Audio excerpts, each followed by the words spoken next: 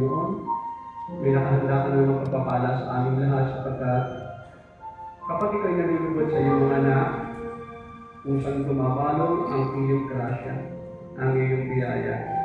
Kaya, dalangin namin, Panginoon, sa aming pakikinig nito, kalugdan mo kami, pagpalain mo aming puso, ang aming isipan.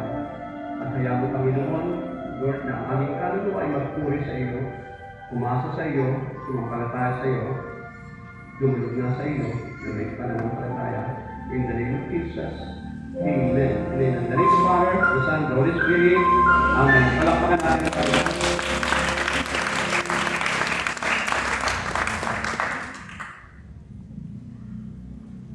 Thank you very much po.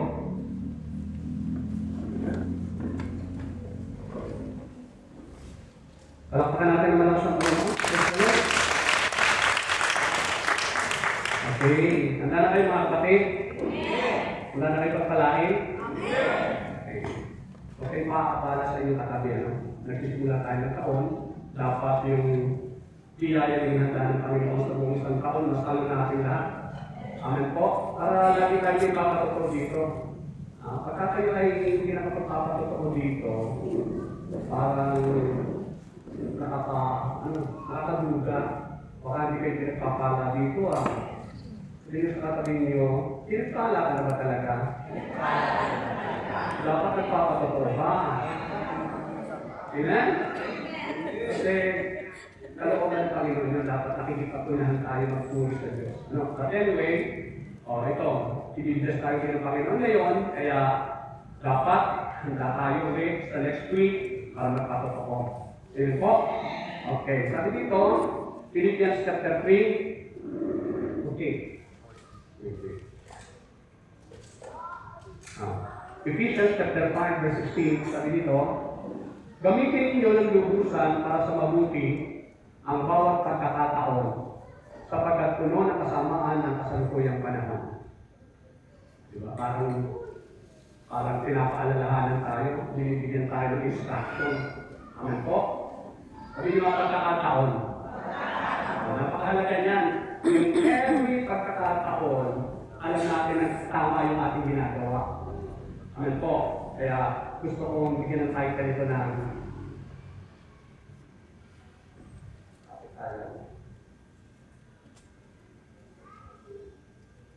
Hello.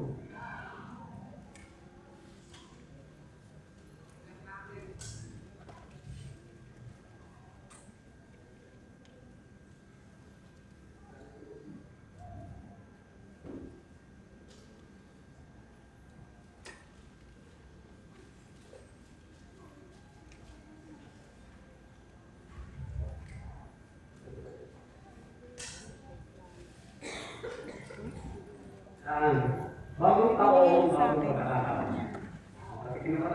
Bagong taon, bagong pagkakataon. Ano kaya itong bagong pagkakataon nito? Mahalaga ito mahalaga, mga kapatid, kasi parang tayong lalakaran sa buong isang taon na ito. Pero hindi tayo namamana sa dilim, namamana sa baka sakali. Gusto natin makasigurado, kaya dapat yung bawat pagkakataon alam natin ang ating gagawin. Yun po? So, bagong taon, bagong pagkakataon. Okay. Sabi ko sa ating binasa, gamitin ninyo ng lubusan para sa mabuti ang bawat pagkakataon. Kapagkat puno ng kasamaan ang kasalukuyang panahon. Tandaan po natin, God is always giving us the opportunity to do His will. Tandaan natin yun. Lagi nagbibigay ng pagkakataon ng Panginoon para tayo ay makagawa ng kanyang kalooban. Amen po? Ang una sana ito, yung pagkakataon makapagsimula muli. Sino sa atin ang last year ay hindi sumablay? Taas ang kamay. Lahat ay sumablay. Lahat in some point of our life, last year, sigurado, mayroon tayong pagkakamali o pagkakasablay. Amen po? Nagigilty tayo. Pero tatandaan natin, hindi tayo kakausad dyan, maliban na unahin natin ang gagawin, anong dapat natin gawin. ganyan dapat gawin. Aminin natin sablay tayo. Kasi hindi tayo tutulungan ng Panginoon na maiayos uli yan kapag hindi natin inamin na sablay tayo. At hindi nyo aminin sa inyong kasama, sa inyong katabi, aminin lang natin sa Panginoon. Amen? O, pag inamin natin sa Panginoon yan, makakakilos muli ang Panginoon sa panibagong pagkakataon. Bibigyan ka uli ng second chance. Bibigyan ka uli na makapagsimulang muli.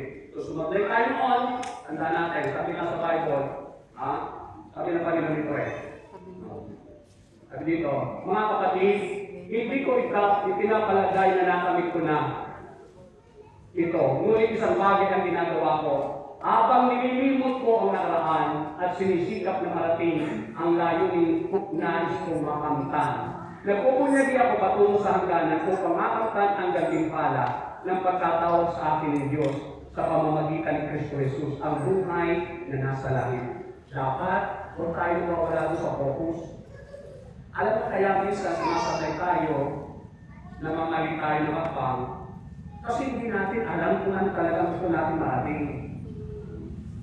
Pero tatandaan natin, lalo sa mga senior citizen na at gaya ko, ilang effort na lang tayo dito sa mundo ito. Dapat alam na natin talagang gusto natin nililigpit. Amen po? Hindi tayo nakapokus na doon. Kasi we do not know when, or where, or how tayo babawian ng buhay. Hindi ko kayo tinatapos, hindi katotohanan. Ayaw kung tayo nabubuhay lang tayo mga taga Amazing Grace.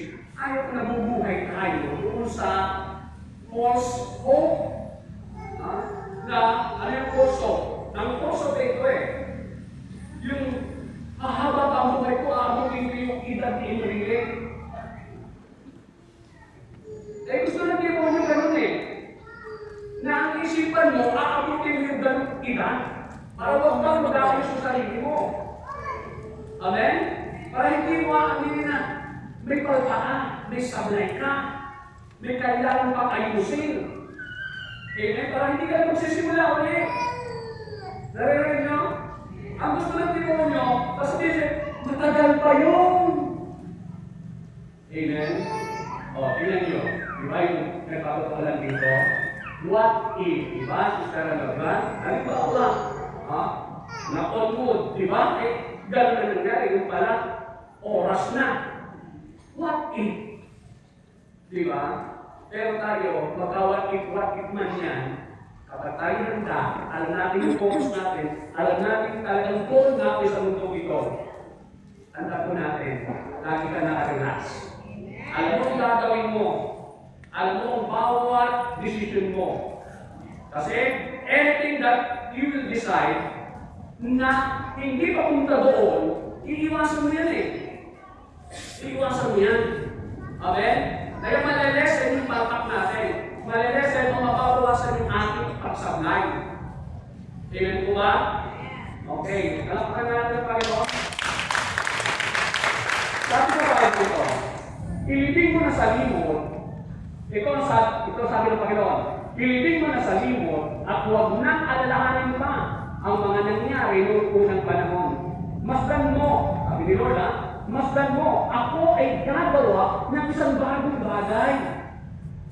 Isang bagong bagay, hindi ka gawin. Kaya lang, hindi natin makita yung ginagawa ng Panginoon sa atin is because nakapako ka doon sa mga sablay ng mga disappointment mo, failures mo, noong nagdaang panahon. Ang sabi ng Panginoon, remote ko na yan, huwag ka nalalahanin yun. Tapos na yun, sabi ng sa katabi na, tapos na yun. May bagong pagkakataon. Naliwanag? Amen?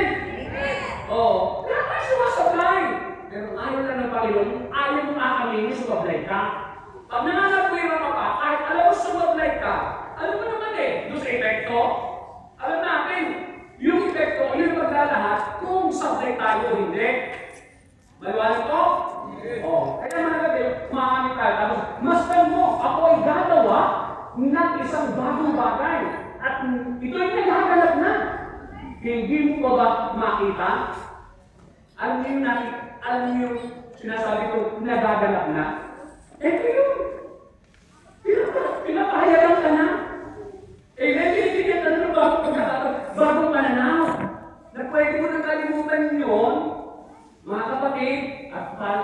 magsimula tayo ulit.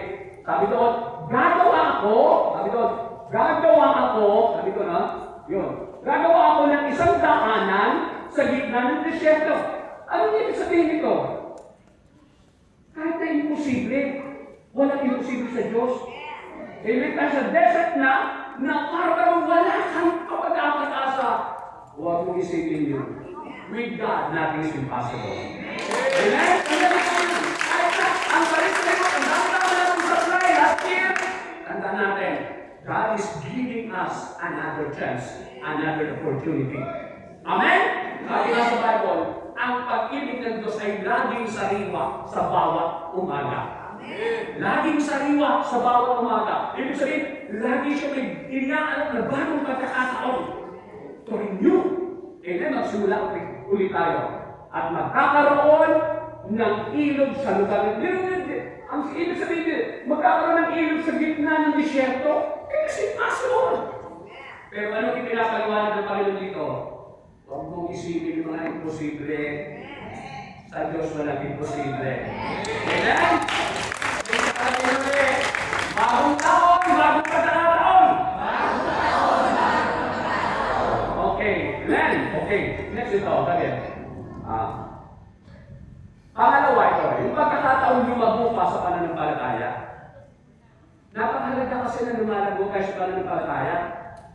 Huwag kayong papayag na yung pananampalataya yung last year, ay ganyan pa rin pananampalataya nyo.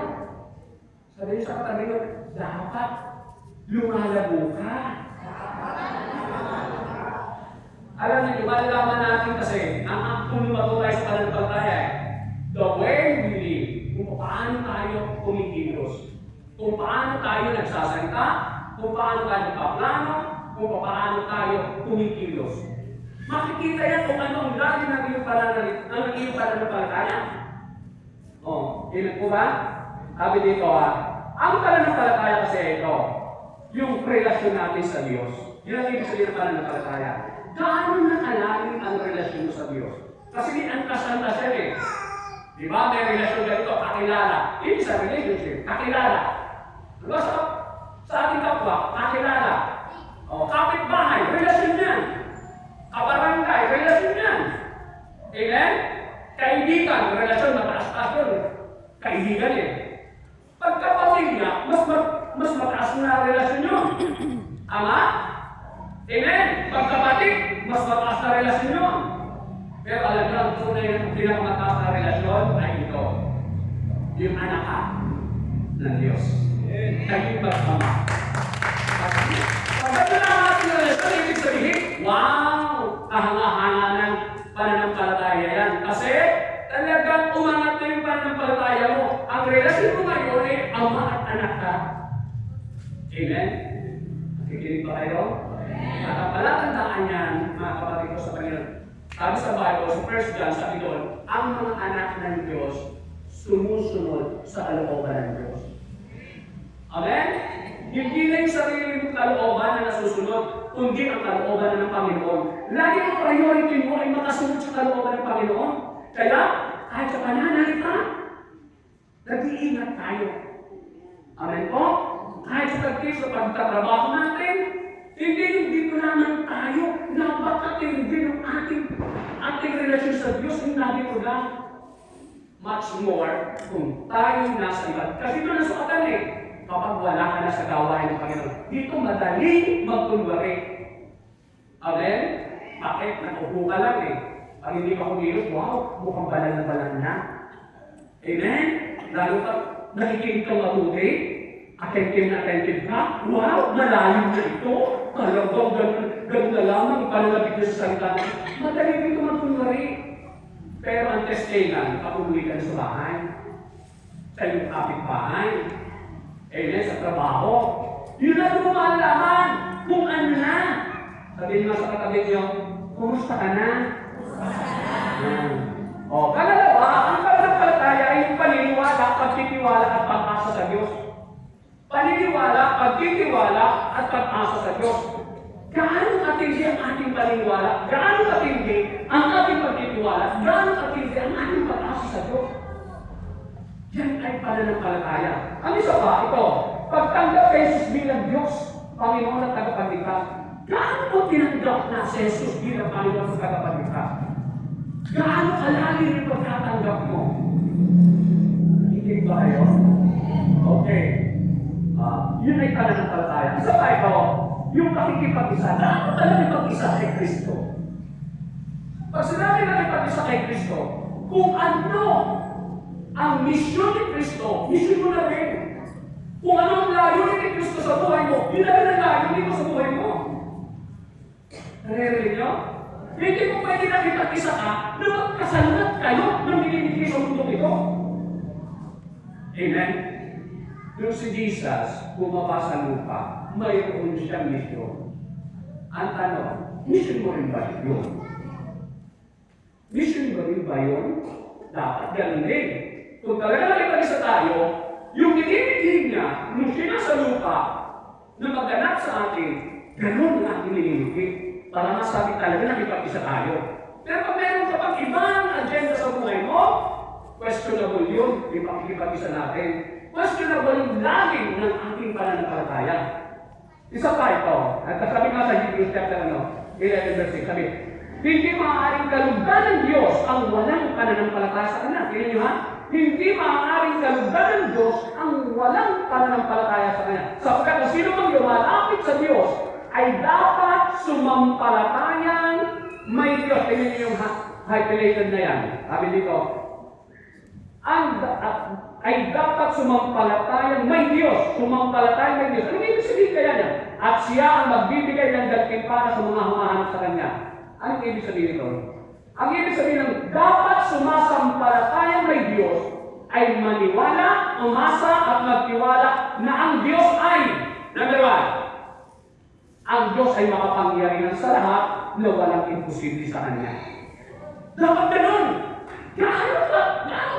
Pag nagtiwala mo na walang imposible sa Diyos. Yan yung mapapakita sa pamamagitan ng paano ka nag-iisip. Paano mo ginigil ang mga problema mo? Yung mga pagsubok mo sa buhay, yung mga pasahin mo sa buhay, paano mo ginigil yan? Paano mo? Ibig sabihin ginigil pa, paano mo hinahawakay? Naandal yung mga bagay na yan. Yung mga asungot na dumarating sa buhay mo. Amen? Yung mga kontrabinda na dumarating sa buhay mo. Naririnig ba? Amen? Pero kapag hindi pananampalataya, buo talaga, malalim na. Lumago na yung pananampalataya, lagi kang panatag at lagi mong sasabihin, isang araw, magbabago din yan. Babaguhin ni Lord yan. Amen? Relax ka pa rin! Pero kapag ikaw, hindi gano'n, sigurado niya, lagi ka lang may reaction na hindi ka tutulog sa Diyos. Amen? Okay. Ang ibig sabihin ng dapat sumampalataya ng Diyos ay laging tapat, maniwala, umasa at magtiwala na ang Diyos ay laging tapat sa kanyang mga sinabi at pangako. Alam niyo, pag binasa yung Biblia, nakikinig ba kayo? Nagbabasa kayo ng Bible. Alam natin, sa Bible, pag binasa niya from cover to cover, there are more than 32,000 promises ang Diyos. Mahigit 32,000 na pangako ang Panginoon na nariyan. At yung mga pangako niya ay applicable sa lahat ng area ng ating buhay. Sa pagkakasawa, sa pagpapalaki ng anak, sa pakikitungo sa asawa, sa pakikitungo sa biyanan, pakikitungo sa magulang, kung paano ka magtatrabaho, kung paano ka mag-aaral, o whatever naman ang gagawin mo sa buhay mo. Nasa bahay mo lahat. Nasa bahay mo lahat. Kung yan lagi mo babasahin, nakikita mo ang every step. Kaya sa Biblia, sa Psalm 119 verse 105, ang sabi ko, ang salita ng Diyos ay tanglaw, ilaw sa iyong daraanan, tanglaw sa iyong paanan. Every step, hindi mo mga kapatid, every step mo, kapag nakapagay sa salita ng Diyos, hindi ka maliligaw. Sabihin nga sa katabi mo, nagbabasa ka ba ng Bible? Nakikinig ba kayo? Ito yung ating weakness ngayon, lalo na ngayon. Lalo na ngayon na ang media, social media, napaka-powerful. Amen po, napaka-attractive. Hindi na send ako. Minsan na, nakakasigot ko. Sakit na pala. Ang dami na. Salamat na lang. Ano po tayo? Nagsisingit ko yung Word of God. Amen? Kasi ang dami na yung pinipag-vlog tungkol sa Word of God. Amen po. So, choice na lang natin. Kung gusto mo lumago sa pananampalataya, pwede mong gamitin ang social media para lumago ka sa pananampalataya. Amen? Ang paniwalaan mo na ang Diyos ay laging tama sa lahat ng kanyang sinabi at pangako. Pangatlo, laging nariyan, hindi siya nawawala. Dapat ganun pananampalataya mo. Ano ba nangyayari? Kasama ko ang Diyos. Kasama ko ang Diyos. Hindi ko nakikita, pero nandiyan siya. Pero ito ang epekto. Hello? Kapag ikay lumalim na, lumago ka na talaga sa pananampalataya at sumasampalataya ka na ang Diyos ay nariyan at hindi nawawala, lalo ka magiging maingat sa pagsasalita mo. Lalo ka magiging maingat sa sa iyong ginagawa, sa pagkilos mo, pagkatrabaho mo. Bakit? Kasi naniniwala ka ang Diyos na katingin sa iyo. Nariyan siya, hindi siya wala. Amen? Kaya marinig pa yung kilos mo eh. Marinig pa yung pag-iisip mo. Marinig pa yung mga ginagawa natin. Babanan talaga tayo. Amen? Nakikinig ba kayo? Oo. Yun yun. Isa pa, ano yung ibig sabihin na dapat sumasampalataya may Diyos? Sumasampalataya ka, naniniwala ka, nagtitiwala ka, nalalaman niya ang lahat. Ano yung ibig sabihin nito? May mga pagkakataon hindi natin maintindihan. Hindi natin maintindihan. Amen? Ang mga bagay-bagay. Bakit gano'n? Bakit ganito? Bakit gano'n? Relax ka lang. Alam ng Diyos ang the best. Alam ng Diyos ang tama. Relax ka lang. Kung hindi pa rin tayo, kalmado ka. Bakit? God knows what is best. Alam niya, yung mangyayari pa sa darating, yung nangyayari na yung nangyayari sa nakalipas, alam niya. He knows everything. All we have to do is just trust.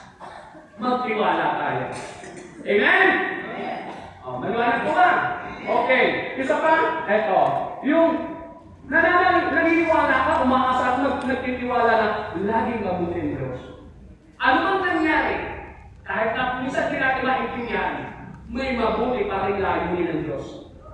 Hindi nagbabago ang Diyos, mabuti pa rin siya. Hindi lang natin maintindihan, pero kung ikaw ay sasampalataya sa Diyos, amen? Wala siyang ipinahintulot na ikasasama ng tao. Lagi siya may mabuting layunin because God is good. Sabi mo, God is good! All the time! God is good! Amen? At tingnan nyo, kapag lagi yung sinasabi nyo, binangyari kahit, don't worry. Mayroon siyang magandang niluluto. Amen? All you have to do is just trust.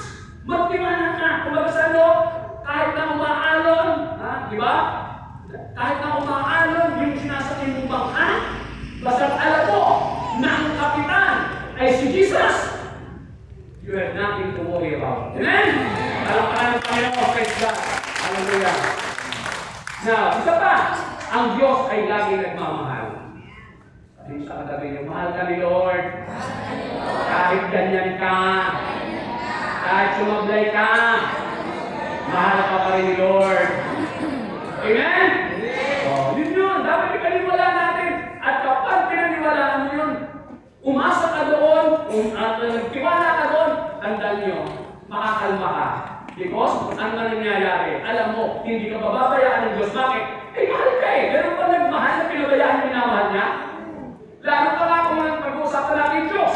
So, pagkasya Diyos sa'yo, walang imposible. Kung naniniwala tayo, umaasa tayo na ang Diyos nagmamahal sa atin, kakalma ka. Amen? Hindi ka matataranta, hindi ka mababalisa, hindi ka mag-iisip ng kung ano-ano. Bakit? Because you know that there is someone out there who is powerful. Amen? Who can do everything. With God, nothing is impossible.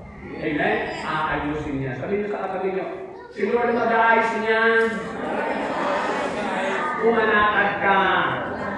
Mahal na mahal ka niya. Amen? Palakpakan ng Panginoon. Isa pa, yung naniniwala tayo, umaasa at nagtitiwala tayo na makatarungan ng Diyos. Kaya huwag kayong makikipag-away. Amen? Huwag mo yung masyadong pinoprotection. Dinidepensa yung sarili nyo. Bakit? Kung naniniwala kayo walang imposible sa Diyos, tanda natin, makatarungan ng Panginoon. May takdang panahon siya. Amen po. Ako sa paglilingkod ko, ang dami ko na naranasan mga kontrabida sa paglilingkod ko. Pero, alam niya ng asawa ko, hindi ako nag-react, hindi ako nag-retaliate kung gumante sa mga ginagawa sa akin. Alam ninyo, isa-isa yan, mga kapatid, ang Panginoon ng kumilos. Lalo na sa Yes, alam naman ninyo ako, ang headless shepherd ng Yes, Catholic Charismatic Community International. Alam ninyo, marami na yung chapters, almost 30 chapters na yan dito sa Laguna at sa Rizal. Ang dami kong dinaanan dyan. Ang dami kong dinaanan. Pero nanahimik lang ako. Sabi ko, naranasan ko pa lang. Talagang napamalin ako, nakawa ako lingkod. Pero nanahimik ako, hindi ako gumante. Hindi ako nagsumbong kali-kalino. Kay Lord lang ako nagsusumbong. Amen? Sabi sa katabi nyo, kay Lord ka magsumbong. Huwag sa barangay. Talaktan natin sa barangay. Sa una kasi nagsumbong sa barangay. Sa una, panalo ka. Pag ikaw nasa katwiran, sa una, panalo ka. Pero bandang huwid, talo ka. You know why? Kasi nabawasan ka ng mga kaibigan. Nabawasan ka, nag-multiply yung iyong kaaway.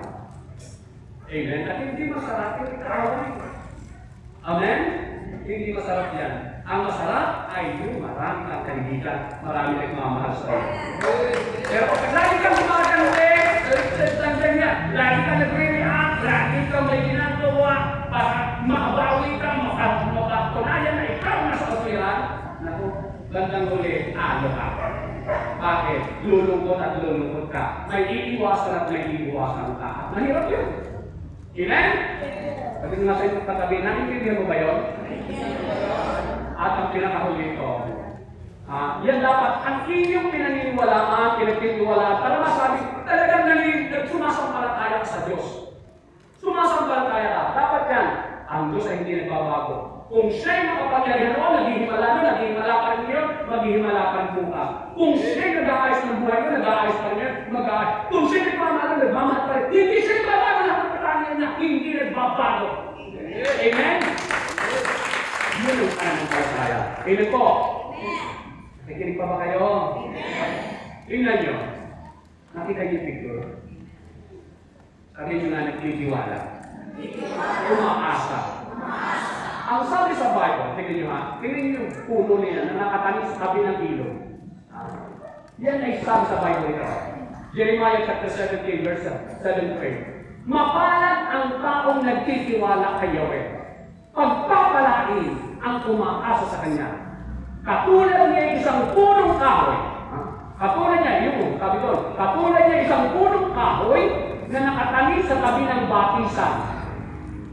Ang mga ugat ay patungo sa tubig. Hindi ito manganganib kahit dumating ang tag-init, sapagat mananatiling luntian ang mga dahon nito. Kahit hindi umulan, ay wala itong aalalahanin. Patuloy pa rin itong mamumunga o patuloy pa rin itong pagpapalain. Narinig nyo? Anong susi? Yung pananampalataya. Ano yung pananampalataya? Na pinakikita mo sa pamamagitan ng, ano yun? Sa pamamagitan ng pagtitiwala at pag-asa. Yung umaasa at nagtitiwala. Amen? Dahil yun daw magiging buhay ng isang tao, ang pananampalataya ay buhay sa Diyos. Amen po? Palakpakan natin ng Panginoon. Okay. Now, the question is, sabi ko, lalagaw ka na ng palataya kapag laging, sabi sa katabi yung huwag kang a-absent. Mahalaga pa ka ng palataya?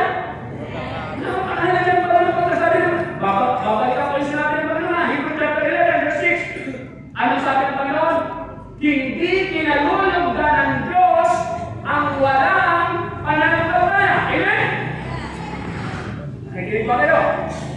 Hindi kinalulugdan ng Diyos ang walang pananampalataya. So, necessity ang pananampalataya. Kailangan yung pananampalataya na katulad kung pinaliwanag ko sa inyo, nasa sa iyo yun. Amen? Umaasa rin kayo niwala ka sa kapangyarihan sa Diyos ng buong buo. Amen po? Oo. Pero hindi na ito ang ating pananampalataya kung tayo lulubog litaw sa gawain ng Panginoon. Amen? Sabi niyo sa katabi niyo, huwag ka na-absent! Para sa iyo po. Makakalaman natin, kapag tayo ma-absent, mga kapatid, ang Diyos ang nawawalan. Hindi! Tayo ang nawawalan. Ang Diyos wala pangangailangan. Tandaan mo natin, ang Diyos wala pangangailangan. Tayo ang laging nangangailangan. We need God. Kailangan natin ang Diyos. Amen? Pangalawa, lumalago ang ating pananampalataya kapag laging nakikinig ng salita ng Diyos. Umangatan ka nga. Di ka naman talaga nakikinig. Sabi mo sa katabi, nakatingin ka nga sa preacher. Pero ang utak mo nasa iba. Nakikinig ka nga, hindi mo naman inuunawa. Nakikinig ka nga, pero hindi mo naman sinasa puso. Naririnig nyo? Napakalaga nun. Lalo na kapag may dumating dito preacher, ang hahanapin mo yung mali, at ay tambara ka. Iingatan niya, walang preacher na perfect. Walang preacher na nasa kanila lahat ng karunungan. Lahat yan sumasablay. Amen. Pero kung talagang gusto mong lumago ang iyong pananampalataya, hahanapin ang tenga mo kung ano ang kailangan mo. At kapag nakita mo na, narinig mo na yung kailangan mo, na magpapalago na yung pananampalataya, hindi mo basta tatanggapin. Ang tawag, itatawag mo sa iyong puso. Amen? Lumalago natin pananampalataya kapag lagi tayo nagbabasa ng Biblia.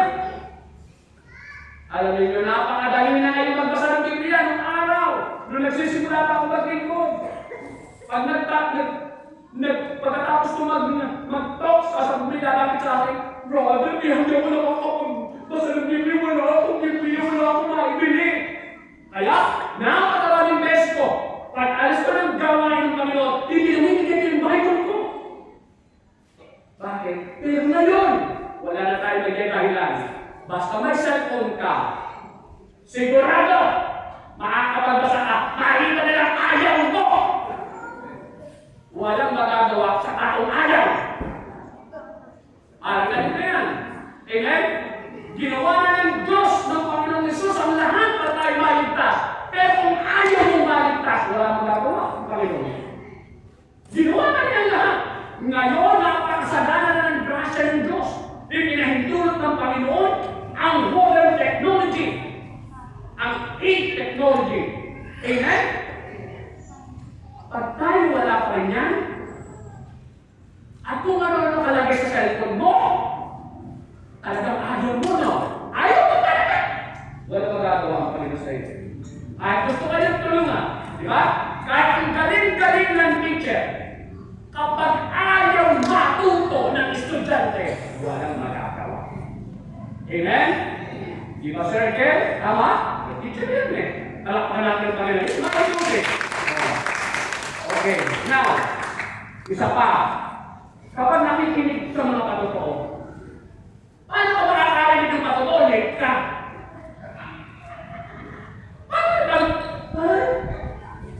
Hindi mo alam na pinagamit ng Panginoon, yung mga tao tumatayo dito na nagpapatotoo kung paano kumilos sa Panginoon sa kanila, na talagang buhay ang Diyos, buhay ang Diyos.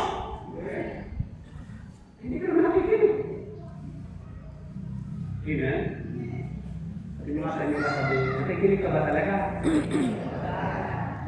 Alam niyo, sa totoo lang, nung nagsisimula ako, na yung ang kalalagayan noon, isang tambak ang problema ko noon. Sa dami na narinig ko nagpapatotoo, lumakas ang loob ko, na lumakas ang pagtiniwala ko sa Diyos. Kaya nagawa ko, nagalitan talaga yung aking mga pinagkakabalahan doon, at yakapin ang palawagan sa akin ng Panginoon. Kahit alam ko, wala may papangako sa akin ang tao. Amen? Sa totoo lang. Pero tingin nyo, biyaya ng Panginoon, nakaka-33 years na ako naglilinggo ko. Ayun. Amen? Oh. Dahil sa Diyos walang imposible. Amen po? Okay. Now, lalago ating pananampalataya kapag sumasama tayo sa malalago ang pananampalataya. Sabi niyo nga sa mga katabi, sabi niyo, sino lagi mo kasama? Malaki lang. Ang lalagay yung mga usapan natin, pananampalataya. At ang pananampalataya, yun ang relasyon mo sa Diyos. Amen? Yun ang connection mo sa Diyos. Kapag mali kami yung pananampalataya, mali kami yung connection sa Diyos. Aral kami pa yan. Yung ating ilaw na yan. Kaya umiilaw niya ng tama at sapat is because nakakonekta yung lubos doon sa poste. Ngayon, ganun din tayo. Kaya marami nag-short circuit. Diba? Bakit? Kasi pag dumugso ang malakas ng power, hindi pinakaya ng linya ng wire. Tama? Kasi manipis lang. Ganyan din pa rin sa niya. Kaya may mga taong bigla na sumesend lang. Ano yung sumesend lang? Nagkakasala ka agad pag may dumating na kung ano hindi niya inaasahan, nagkakasala kung ano nasasabi, kung ano nakikilos, kung ano nagagawa niya. It is because of your faith. Hindi tayo pa rin tayo. Dahil kung hindi pa rin tayo, hindi ka apektado ng ganyan. Mananatili ka pa rin. Nanatiliwala, umaasa, at naniniwala sa magagawa ng Diyos. Amen? Okay, now, eto. Sabi nyo ulit, bagong taon, bagong pagkakataon. Ano ba yung isang pagkakataon? Pagkakataon gumawa ng mabuti sa kapwa. Alam niyo, bawat minuto, bawat segundo, God is giving us the opportunity to do what is good to our neighbor, ating kapwa. Tandaan po natin yan. Amen? Kaya alaman, may mga tao, ang iniisip lagi kung ano magagawa niya sa sarili niya. Alam niyo, napakahalaga nito. Pakinggan niyo mabuti ito. Ito mensahe itinadalo sa akin ng Panginoon. Kaya nga, basta may pagkakataon, ay gumawa tayo ng mabuti sa lahat ng tao. Sa lahat ng tao. Lalo na sa mga kapatid natin sa pananampalataya. Lahat din may pagkakataon. Sino dito wala kapitbahay? Lahat tayo may kapitbahay. Amen? Sabi niyo sa katabi niyo, huwag mong aawayin ang kapitbahay mo. Nakikinig ba kayo? No. Alam niyo, minsan kaya hindi natin maaawayin natin ang kapitbahay, it is because may pagkukulang tayo. May pagkukulang. O, maaaring hindi na doon talaga tayo nakakay. Dalawa mga kayo. At kung mag-akay na tayo, baka kaya hindi maakay is because tayo may problema. Amen? Okay, now, sabi doon, basta may pagkakataon ay gumawa tayo ng mabuti sa lahat ng tao. Sabi nila, Matthew chapter 5, verse 15, gayon din naman, dapat ninyong paliwanagin ang inyong ilaw sa harap ng mga tao upang makita nila ang inyong mabubuting gawa at papurihan ang inyong Ama na nasa langit. Tanda natin, tayo mga ilaw ng sanlibutan. Inuutosan tayo ng Panginoon na magliwanag tayo. At what is that liwanag? Yung gumawa ng mabuti. Hindi yung katulad ng hindi totoong mga anak ng Diyos. Di ba anak tayo ng Diyos? Amen? Okay. Yung mga hindi anak ng Diyos ito, gumagawa lang sila ng mabuti kung sa gumagawa din sa kanila mabuti. Nagbibigay sila doon sa mga nagbibigay din sa kanila. Narinig niyo? Hindi ganyan ang anak ng Diyos. Ang anak ng Diyos, kahit na gumagawa sa iyo ng masama, gagawin mo pa rin mabuti. Kahit hindi ka minamahal mo pa rin.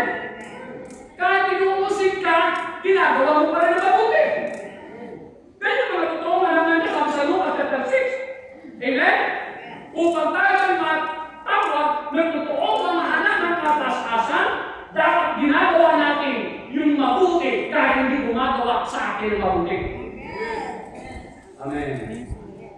Sabi nga ng Panginoon kung ang pautangin lamang ninyo ay yung makakabayad sa inyo, ano nagawa ng higit kayo sa iba?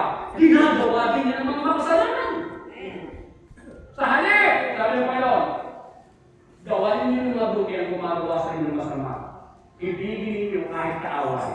Sa gayon, ituturing kayo mga anak ng kataas-taasan. Amen? Okay. Sabi ko, Ephesians chapter 2 verse 10. Kung ano tayo ngayon ay gawa ng Diyos at sa pakikipag-isa natin kay Kristo Jesus ay nilikha niya tayo para sa mabubuting gawa. Hindi tayo nilikha ng Diyos para gumawa ng masama. Amen?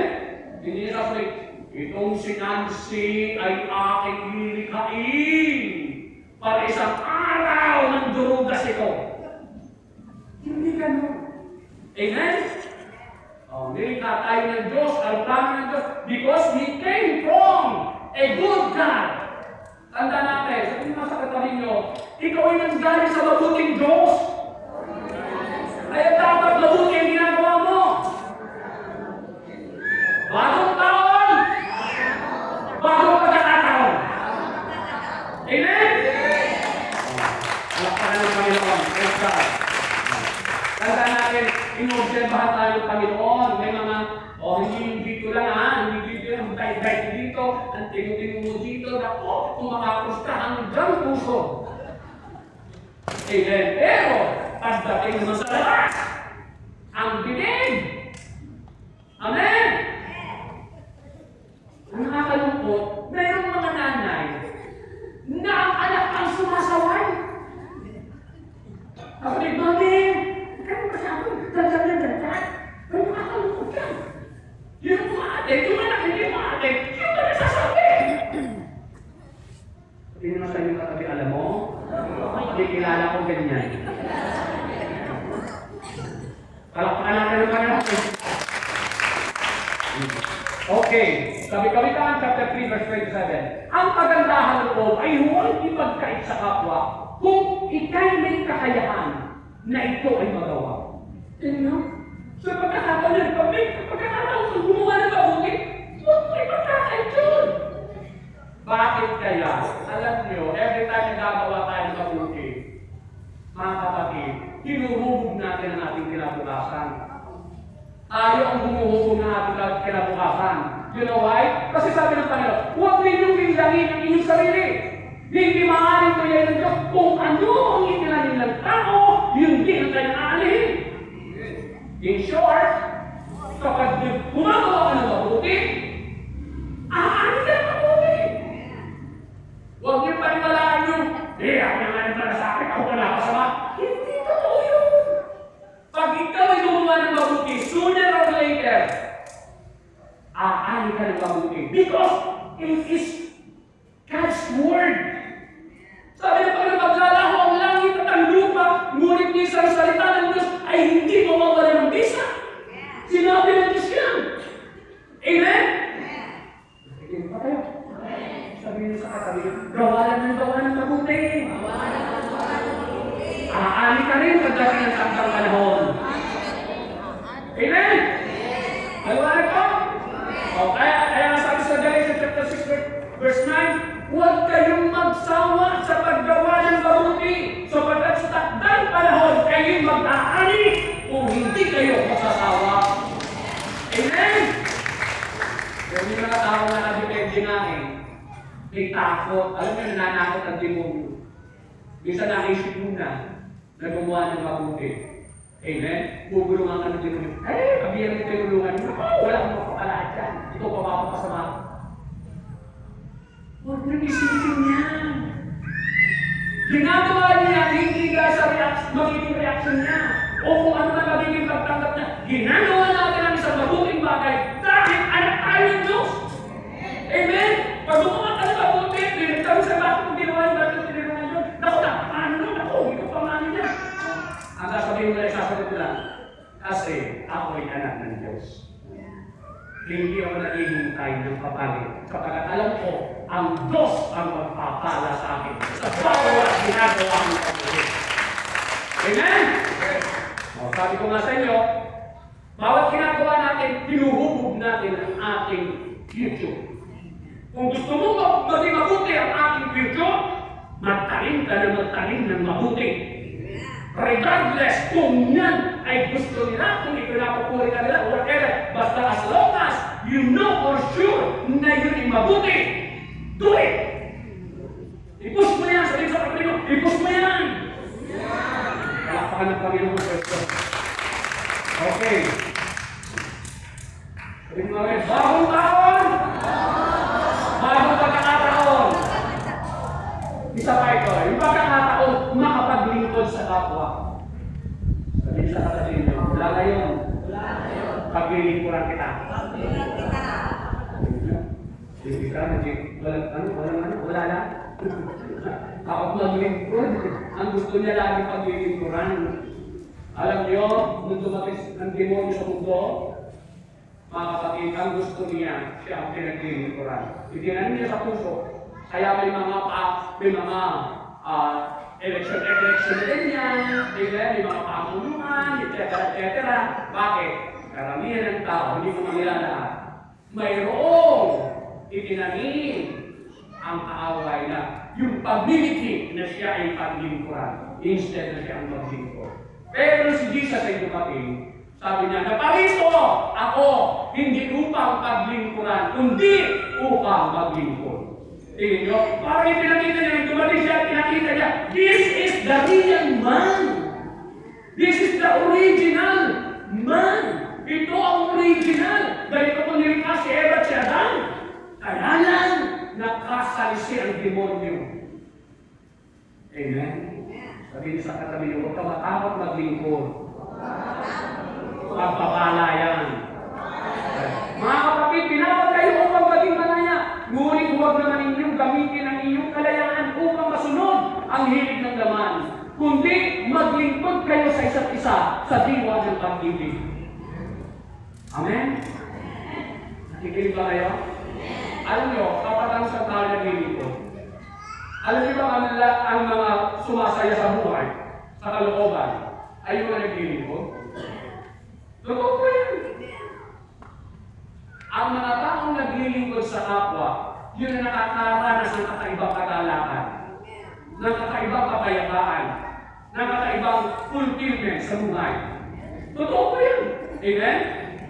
Tingnan nyo, ako na siguro kung hindi paglingkod sa buhay, sa Panginoon o sa gawain ng Panginoon, ang aking napili na maging buhay, siguro ngayon ang nung ng buhay ko. At maaaring hindi ako tuwagan. Kasi hindi na tinasagalan ko nun eh. Amen? Pero tingnan nyo, 33 years na, ako, sa tulong ng Panginoon, dito na ako namamatay sa gawain ng Panginoon. Bakit?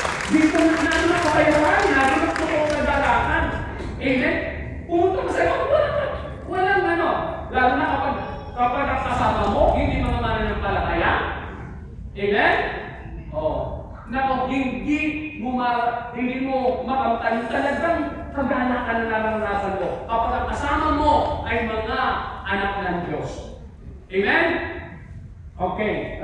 Kung ang Panginoon at duro ninyo ay naghugas ng inyong mga paa o naglingkod sa inyo, dapat din ninyong hugasan ang mga paa ng isa't isa. Binigyan ko kayo ng halimbawa upang inyong tingnan nyo. Narinig nyo ba?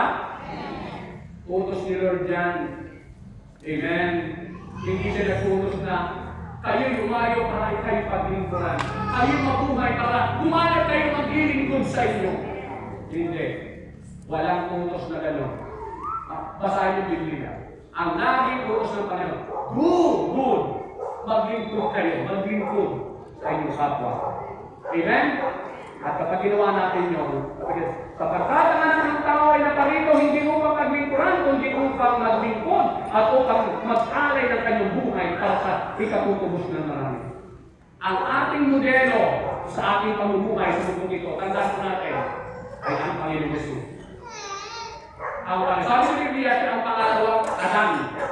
Amen? Ang pangalawang Adan. Nawala na yung unang Adan. Sumabra yung unang Adan. Ngayon, nung siya'y pumarito, Ito, ipinakita niya. This is how you live. This is how you must live. Ganito dapat kayo mabuhay. Katulad ko. Amen? Yan ang sabi ng Panginoon.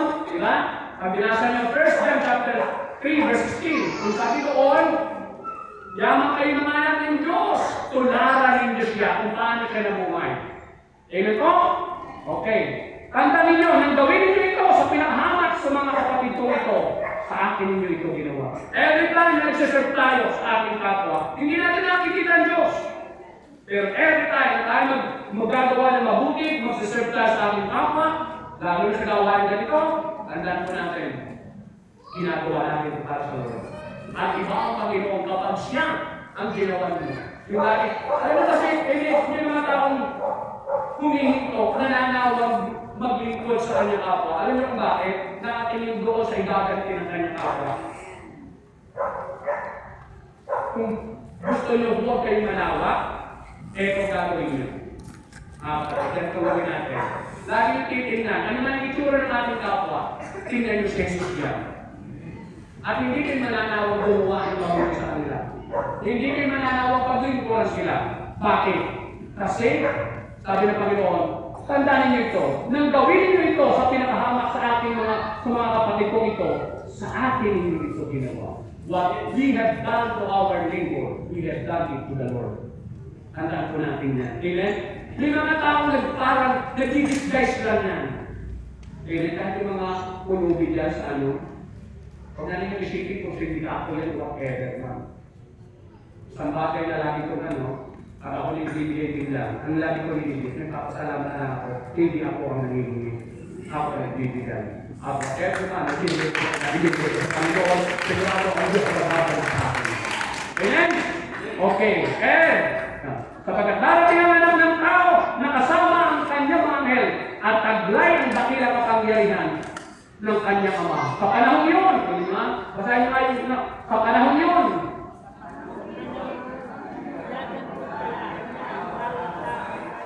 tingnan nyo, gagawin pala tayo ayon sa ating ginawa. Sabihin nyo sa katabi nyo, ano bang mga nagawa mo na? Amen? Okay. Mahalaga yun, nakapaglilingkod tayo. Okay, now, bagong taon, bagong pagkakataon. Ang lima, pagkakataon, maparangalan ang Diyos. Alam niyo, sabi ng Panginoon, hindi nyo, sabi ng Panginoon, parangalan niyo si Yahweh na inyong Diyos bago niya palaganapin ang kadiliman at bago kayo madapa sa mga bundok kapag dumilim na. Bago niya gawin matinding kadiliman ang liwanag na inaasahan niyo. Tandaan natin yung mga pagkakataon. Yung mga tao, kung kailan na putol ang paa, saka gusto mag-ingkod. Naririnig niyo? Kung kailan hindi na kaya, nung malakas pa, ayaw magkusa. Naririnig niyo? Ayaw gumawa ng kararanan ng Diyos. Kaya ka magpapatotoo. Kapag tabingin ang uso mo, linggo-linggo, binibigyan tayo ng pagkakataon dito, parangalan ng Diyos. Lahat tayo may ginawa ang Diyos na mabuti. Hindi naman kami nananawag sa kayo tayo ulit-ulit dyan. Bakit? Kasi ang Diyos naman ang paparangalan dyan. Amen? Sabi niyo sa katabi niyo, sa next week, ikaw na magkatotoo, ha? Hindi ba kayo? Oo. Bakit? Oo. Kailan mo parangalan ng Diyos? Ha? Kapag hindi kayo hinahabol na. Dali mo.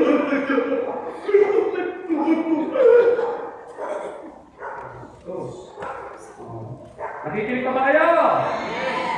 Ang nagpaparangal sa pangalan niya ay kanyang ililigtas at sa ating lupain ay mananatili ang kanyang paglinga. Tingnan pa nga na siya nagpaparangal sa kanya. Pag pinaranalan natin ng Panginoon, bumagawa tayo ng kararanan ng Diyos. Lalo na yung pagpapatotoo, pagpapasalamat sa Panginoon, paghahayag ng kabutihan ng Diyos. Tandaan niya, sabi niya, ililigtas. Pangalawa, mananatili ang kanyang paglinga. Gusto niyo bang nililingat tayo lagi ng Panginoon? yan sa mga nagpapatotoo, sa mga nagpaparanal sa Panginoon. Amen? Bagong taon, bagong pagkakataon. Ang anim and last, ito, pagkakataon mapatunayan natin kay Jesus, mapatunayan natin kay Jesus na siya ang pinakamahalaga sa ating buhay. Mayroon pa bang mas mahalaga pa ba sa Panginoon Jesus sa buhay niyo? Ako lagi ko sinasabi yan. Ang Diyos na, ang Panginoong Jesus na pinakamahalaga sa akin. Basta ang pinag-usapan ni si Lord, I can lose everything. Kaya kong magawa. Kahit mawala ang lahat, huwag lamang ang Panginoong Jesus. Bakit? At the end of the day, hindi siya rin ang kailangan natin. Amen? Now, sabi nga dito, magagawa lang natin yung kapag kilala natin ang Panginoon. Hindi mo sa iyong katabi. Kilala mo na ba talaga si Lord? Hindi mo magagawa ang pinakamahalaga siya sa buhay mo kung hindi mo siya kilala. Amen? Diba? Kung ano? Kaya, alam mo, mahalaga yung anak mo. Kasi kilala mo anak mo. Alam mo, anak mo yan. At dugo mo at laman yan. Amen? Now, sabi ng Panginoon ito, si Jesus. Kilala niyo si Jesus? Hello? Etong simple. Lagi natin isipin ito. Magagawa natin pahalagahan siya na higit sa lahat kung ito nakatalim sa isip at puso natin. Sino si Jesus? Si Jesus ang joy giver. Gusto mo maging totoo masaya sa buhay mo? Si Jesus lamang ang susi. Kasi sabi ng Panginoon sa inyo, yan, sa inyo, sabi dito, hindi niyo siya nakita, ngunit kinikitin niyo, hindi pa rin niyo siya nakikita hanggang ngayon, ngunit sumasampalataya kayo sa Kanya. Dahil dito'y nag-uumapaw na sa inyong puso ang kagalangang di kayang ilarawan sa salita. Di kayang ilarawan. Sino yun? Sino yung nakakarans lang nun? Yung sumampalataya talaga. Amen? Yung nakakilala na si Jesus, ang joy giver. Amen? Pag pinahalagahan mo siya, nangyigit sa lahat, mga kapatid, mararanasan natin yan. Pero as long as hindi natin pinapahalagahan siya, iba pang mas mahalaga sa iyo, hindi mo mararanasan yan. Paulit-ulit lamang, paikot-ikot lamang. Amen? Now, sabi dito pangalawa, pagkakataon na mapatunayan natin kay Jesus na siya talaga ang pinakamahalaga sa buhay natin, kung kilala natin siya ay eraser of sins. Siya ang makakaburalan ng ating kasalanan. Tanda natin, wala makapagduburalan natin. Ay, what if hindi mabura ang ating kasalanan? Pabayaran mo ang lahat ng kasalanan mo. Paglutusahan mo ang lahat ng kasalanan mo. Amen? Ano ang pagkakasala natin? Pagbabayaran natin yun. Amen? Kung hindi mo gagawin pinakamahalaga sa Jesus. Pero kung galiwanag sa iyo, sa isipan mo, sa puso mo, si Jesus ang pinakamahalaga. Pagkakataon mo na, patunayan niya sa Kanya na siya ang pinakamahalaga sa iyo. Bakit? Alam mo na, siya ang makapagbura ng iyong kasalanan. Sabi niyo, makapagbubura. Sabi niyan, Hebrews chapter 9, verse 26, kung hindi kayo, kailangan sanang paulit-ulit na siya'y mamatay mula pa ng likhain ang sanlibutan. Subalit, minsan lang siya nagpakita ngayong magtatapos na ang panahon upang awiin o burahin, i-erase ang ating kasalanan sa pamamagitan ng handog ng kanyang inialay. Amen? Alam niyo sabi sa Bible, pag tayo nagkakasala, babayaran natin yan. Diba? Sabi ng Panginoon, huwag niyo dayanin yung sarili.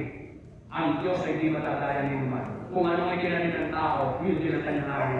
Kaya napakahalaga, nalilinis tayo. Ano ang nalinis? Kapag inaamin natin sa Panginoon, humihingi tayo ng tawad. Ngunit, kung walang Jesus, kung hindi si Jesus ang pinagbalag sa iyo, alarin, hindi wala ka rin, wala tayong tansa na maging malinis sa harapan ng Panginoon. Babayaran natin ang ating kasalanan. Next is, Jesus is our shepherd. Sabi nga, shepherd. Sabi ng Panginoon, ako ang mabuting pastol. Iniaalay ng mabuting pastol ang kanyang buhay para sa mga tuta. Tanong yung mga katabi nyo. Sabi nyo, tuta ka ba mahal ng Panginoong Jesus? Nakikinig ba kayo? Napakahalaga naman na alam na natutupan ng Panginoong Jesus. Ang palatandaan niyan, sumusunod. Sabi ng Panginoon, kilala ko ang aking mga tupan. Kilala niya ang tinig ko. Sabi, sumusunod sa akin ang aking mga tupan. Amen? Okay. Now, ano ba ang ginagawa ng pastor?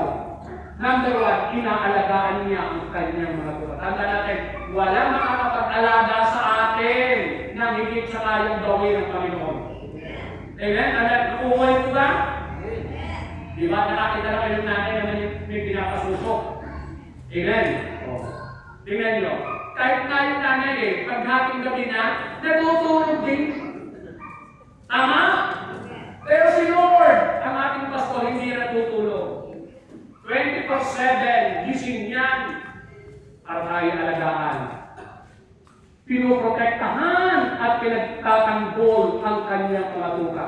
Kaya hindi mo kailangan ipagtanggol sa sarili mo, depensa sa sarili mo. Kung ikaw, ginagawa mo lang ng pinamahalaga sa iyo si Jesus, puprotektahan ka ng Panginoon sapagkat siya ang ating pastor. Amen? Sabi niyo sa katabi niyo, unahin mo lang si Lord. Ipadaman mo mahalaga siya. Madali lang kasi sabihin. Nakikinig ba kayo? Madali lang sabihin na pinakamahalaga sa akin si Lord. Pero, pagka pinag-usapan na, pamilya. Narinig niyo? Sablay na bumabagsak tayo. Hindi natin nakikita na. Ipinadadaan sa pamamagitan ng pamilya. Tinetest tayo ng Panginoon. Kung talaga ang Panginoon Jesus ang pinakamahalaga sa atin. At kapag siya naman ang pinakamahalaga sa atin, yan ang papel niya sa atin. Pastor tayo, siya ang nag-aalaga, siya ang magpuprotekta sa atin, magtatanggol sa atin, higit sa lahat. Dinadala niya tayo sa mainam na pastulan. Amen?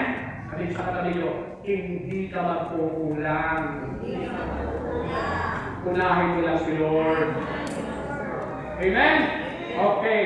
Next is unlimited provider. Sabi mo, provider. Tingnan nyo. Lahat tayo may pangangailangan. Iba-iba lang ang pangangailangan natin. Pero nangako ang Panginoon. Nangako ang Panginoon. Sabi niya, Philippians 4:19. Sabi dito, at buhat sa hindi mauubos na kayamanan ng Diyos, ibibigay niya ang lahat ng inyong kailangan sa pamamagitan ng Kristo Jesus. Kung inuuna lang natin, number one sa akin ng Panginoon. Pangako ng Panginoon yan. God will supply all our needs through Christ Jesus. Kaya kung gagawin lang natin, pinakamahalaga ang Panginoon sa atin, patutunayan niya. Ang Panginoon mag-provide na lahat ng ating kailangan. Amen? Ito nga, December ito, ang daming pagpapangitik sa akin, pagpapasaya sa akin para. Kasi meron mga, hindi ko naman hinihingi sa Panginoon, pero kailangan ko pala. Ibinigay ng Panginoon, di ba na nagregalo sa akin? Ay, nagugulat ako, hindi ko ito hihingi kay Lord, pero bakit? Ganyan ang Panginoon, He knows what is best. Amen? Palakpakan ng Panginoon, praise the Lord. Okay, and last ito pinakamalaga. Sabi sa katabi nyo, inuulit ko sa iyo, mamamatay ka rin. Amen? Lahat tayo, darating ang panahon nyo. Bakit ko mo ulit-ulit ka? Hindi mo wala, hindi tayo naiba ng Diablo. Kasi, bibisihin tayo kung saan tayo. Ang tawag doon, diversion. Idina-divert tayo sa kung ano-ano sa mga demonyo, kung saan tayo makapokus. Pero tandaan natin, temporary lang tayo dito. Ano ka? Aalis tayo sa planetang ito. Amen? Pupunta tayo sa langit. Amen? At pinagkakawalan tayo ng ariyan. Amen? Malakas ang Diyos natin.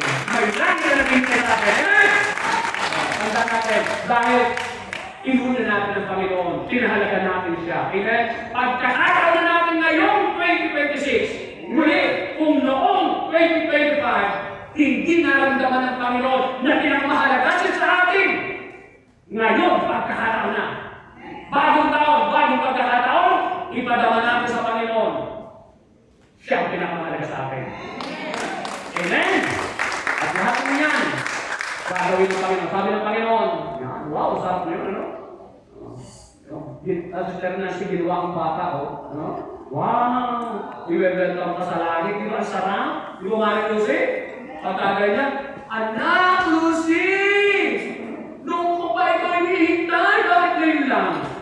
Masarap yung ganun, no?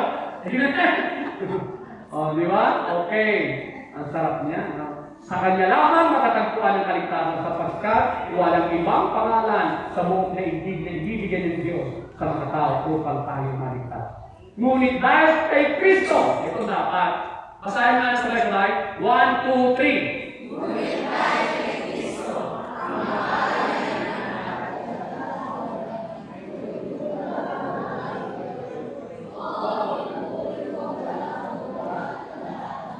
ang bilang kapalit.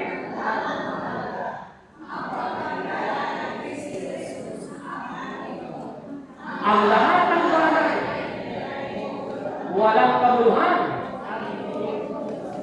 makamtan ko lamang.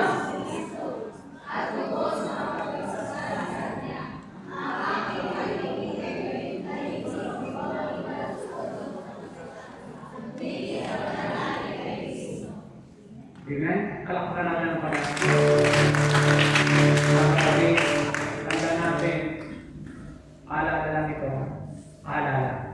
Ang umiibig sa kanyang ama o ina nang higit sa akin, ay hindi karapat-dapat sa akin. Ang umiibig sa kanyang anak nang higit sa akin, ay hindi karapat-dapat sa akin. Ang hindi nagpapasa ng kanyang krus at hindi sumusunod sa akin, ay hindi karapat-dapat sa akin. Ang nagsisikap magligtas ng kanyang buhay ay mawawala nito. Ngunit ang mawala ng kanyang buhay alang-alang sa akin ay magkakamit nito. Anong tinuturo ng Panginoon? Binibigyan tayo ng pagkakataon, patunayan sa Kanya na siya ang pinakamalaga sa atin. 2026 is our opportunity. Amen? Palakpakan ng Panginoon. Amen. Tumayo kayo lahat.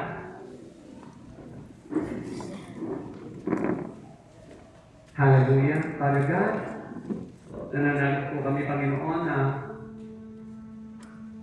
ang gabi ito ay gabi ng pagpapala mo, gabi ng biyaya mo.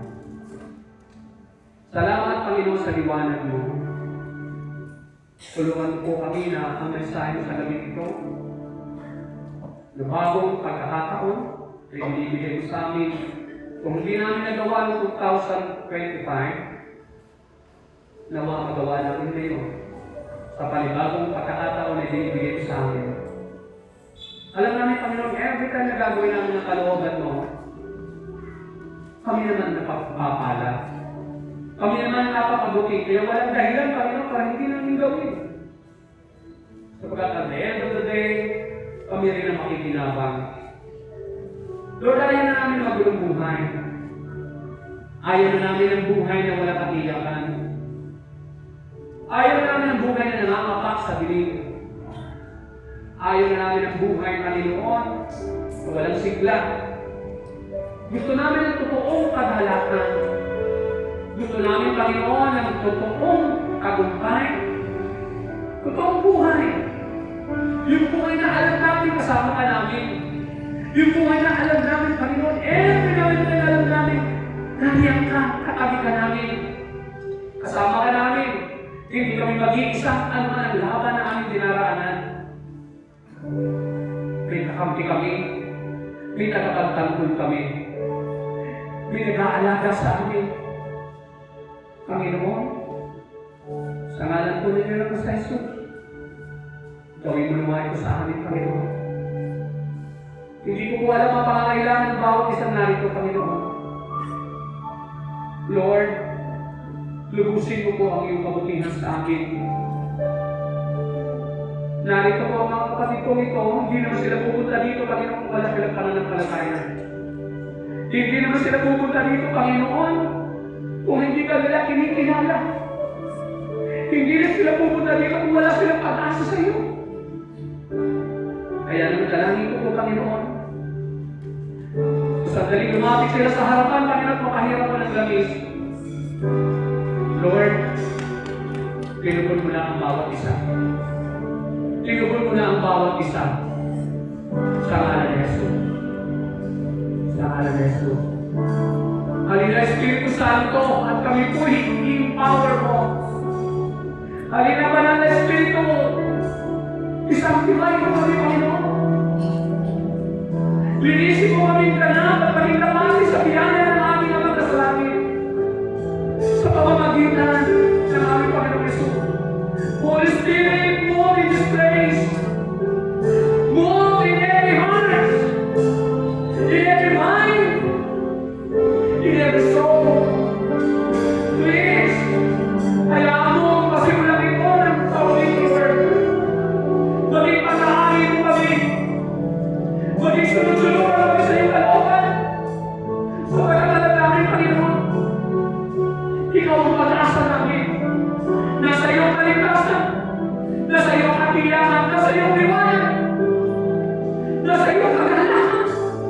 Nasa iyong kapayapaan, Panginoon. Nasa iyong tagumpay. Kaya naman sa oras na ito, Lord, ano man ang naging pagkukulan namin? Ano man ang nasablay namin, Panginoon? Ano man yung nasabit namin pananalitan na nakasakit ng damdamin ng iba? Ano man ang naisip namin, hindi ka naman sa iyo? Ano man, Panginoon, yung naging damdamin namin, sa loobin namin, na labas sa iyong kalooban, labas sa aking kapwa? Yung mga sandali, Panginoon, nanghagaw kami. Nagtingin namin sa aming sarili. Malinis kami. At silang marumi. Pero katotohanan na lahat kami. Lahat kami pinapakasa sa iyong kalooban. Lahat kami nangangailangan ng habag ng awa mo. Lahat kami nangangailangan ng palinga mo. Lahat kami nangangailangan ng tulong mo. Wala pang pagmamalaki sa amin. Kaya naman sa gabi ito, Panginoon, i-bless mo po, Panginoon, natin kamay. I-bless mo ang langis na ito.